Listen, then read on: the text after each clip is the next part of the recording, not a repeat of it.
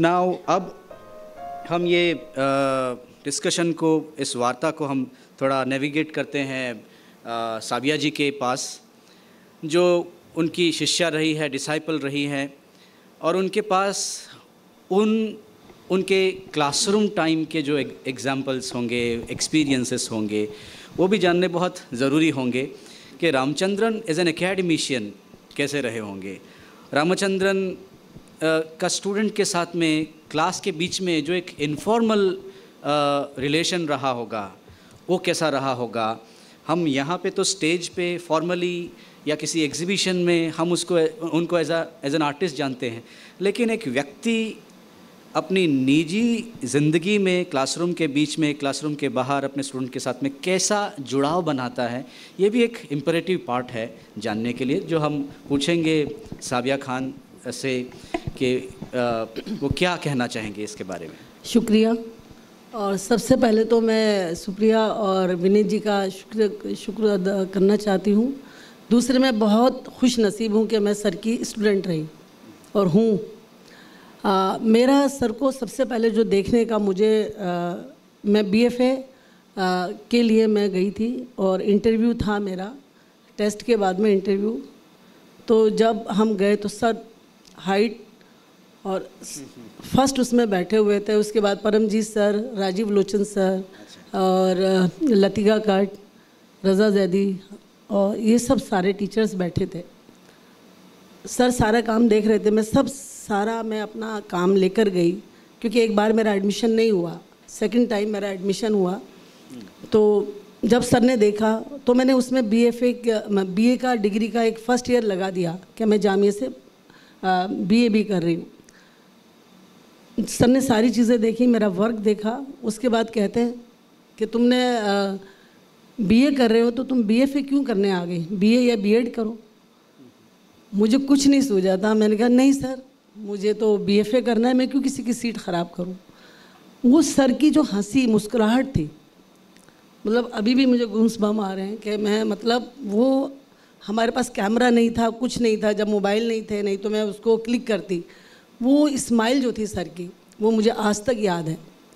और मैं वहाँ से आ गई और उसके वहाँ कर्फ्यू लगे हुए थे हमारी साइड पे सब। जब तो मेरी फ्रेंड के ब्रदर थे, वो देखने गए रिज़ल्ट, कहने लगे तुम्हारा नाम आ गया, और मेरी फ़ीस भी जमा कर दी। उसके बाद फिर मैंने पीछे मुड़कर नहीं देखा। BFA में सर से वैसे मुलाकात होती थी। फिर जब MFA में मैं बात को कम करते हुए कहती हूँ, इम्पॉर्टेंट बात है, MFA में जब मेरा एडमिशन हुआ तो सर की पहली क्लास, सब हम लोग बैठ गए, 6 लोग थे हम। सर ने हमसे कहा कि आप किस जोन में काम करना चाहते हैं, कैसे काम करना चाहते हैं।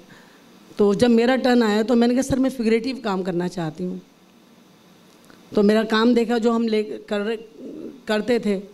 उसके बाद में बोला कि ठीक है, आप 100 रोज़ के स्केचेस दिखाइए। उस दिन मालूम हुआ कि हमें तो कुछ भी नहीं आता, बेकार है हम तो। 100 रोज़ के स्केच, चाहे रोज़ आते या 3 दिन में आते, 100 रोज़ के स्केचेस करने ही हैं। दिल्ली में कोई सी जगह ऐसी नहीं थी जहाँ हम ना गए हों स्केचेस करने के लिए। रात को 10 बजे घर जाती थी और मतलब घर में भी ये कह दिया जाता था कि सराय बनाया हुआ है तूने, तो तू दिन में भी काम करती है, रात में भी काम करती है, तेरा कुछ है ही नहीं। मैंने कहा नहीं सर को 100 स्केचेस दिखाने हैं मुझे, आप बैठ जाओ। तो इस तरह का मेरा हाल रहता था। और 3.5 महीने हमने स्केचेस किए। 3.5 महीने बाद हम ये सोचते थे सर कब काम शुरू कराएंगे, सर कब काम शुरू कराएंगे। तो 3.5 महीने के बाद में हमारा एक कैनवस मंगाया सर ने 30-40 का। वो सर ने कॉम्पोजिशन मेरा मतलब पसंद किया कि देख ये बनाइए। मैंने 1 महीना उसमें काम किया। तो मैं फ्लोरा वाले कपड़े पहनती थी, कहती ये डिज़ाइन अपने, आप पुरानी दिल्ली में रहते हो तो ये डिज़ाइन अपने काम में लेकर आओ। चारपाई वैसी वाली जो मेरे अपने घर में था, मैंने उसी माहौल को, उसमें कारपेट जो भी है, मैंने वो पेंट करना शुरू किया। तो 1 महीने बाद फिर दूसरा शुरू कराया, वो शुरू किया। कहते नहीं ये ठीक नहीं। 1 महीना काम करने के बाद कहते ये ठीक नहीं है। मैंने कहा ठीक है सर, मैंने हटा दिया। फिर नया काम शुरू किया और मुझे फर्श के ऊपर बैठ के मुझे पूरा उसका ड्राइंग बताया कि इसका हाथ ऐसे, इसका हाथ ऐसे। और हमारा जो एक और इम्पॉर्टेंट बात है, हमारी पैलेट गंदी रहती थी। कहते ये क्या रखते हो, ये कैसे करते हो। डब्बा, उसके अंदर फिर एक और डब्बा, उसको होल करना बताया, फिर उसमें मिट्टी का तेल, ब्रश ऐसे साफ़ होते हैं, फिर साबुन से भी धो के रखे जाते हैं। वो दिन तब से मेरा पैलेट और हर चीज़ ऐसे साफ़ रहती है। वो काम करने के बाद में बीच बीच में फिर हमसे 5-5 मिनट में बीच बीच में बातें करते थे सर।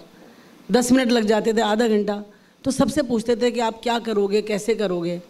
तो फिर बताते थे कि लड़कियां इतनी अच्छी अच्छी होती हैं, काम इतना अच्छा करती हैं, लेकिन शादी हो जाती है, काम छूट जाता है उनका, आप ऐसे मत करना।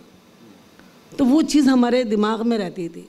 और सर की एक और अच्छी बात ये थी कि वो उनके जो अच्छे स्टूडेंट जो काम करते थे, जो फील्ड में थे, जो फील्ड में, अब मैं फील्ड में आती जा रही थी, मैंने एक चीज़ और बताते थे सर कि जॉब ज़रूर करना, क्योंकि है ना, और स्कूल की जॉब करना, ताकि है ना आपको अपनी फैमिली से पैसे ना मांगना पड़े। ये आर्ट महंगा बहुत होता है, बिकता कम है, और बिकने का सोचना नहीं है, बिकता कम है, बिकने का सोचना नहीं है। और 20 साल की जॉब करना, उसके बाद वॉलंटरी रिटायरमेंट ले लेना। तो हम ये बात मैं पूरी फॉलो करती थी, ये वाली बात है। और एक बात और बताया कि आप 4 साल में एक शो करना, जब तक माइंड हैंड एक ना हो जाए, जल्दबाजी नहीं करना है। तो इस तरह फिर लेयर, हमारा काम में कैसे लेयर होते हैं।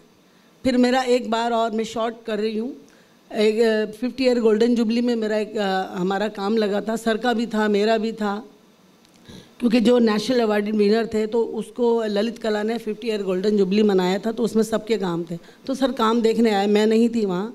तो अमृत पटेल जी से कहा कि इसको मेरे घर भेजना, ये मेरी स्टूडेंट, इसको मेरे घर भेजना। मैं गई तो मुझे बहुत अच्छा लगा, काम इतना अच्छा करती है, कलर की लेयर्स बढ़ा दे। तो वो लेयर वहाँ से आया, स्ट्रेंथ बढ़ा दो कलर की। घर बुलाते थे, वाटर कलर की, जो वाटर कलर के अंदर भी सर 5-5 लेयर्स देते थे कि ऐसे नहीं ऐसे, मुझे बिठा के वो बताते थे। मतलब मैं उस चीज़ को बिल्कुल भी वो भूल नहीं सकती, और वो चीज़ मैं अभी भी मैं फॉलो करती हूँ, वो सारी चीज़ें करती हूँ। और एक और इम्पॉर्टेंट बात, मेरा जैसे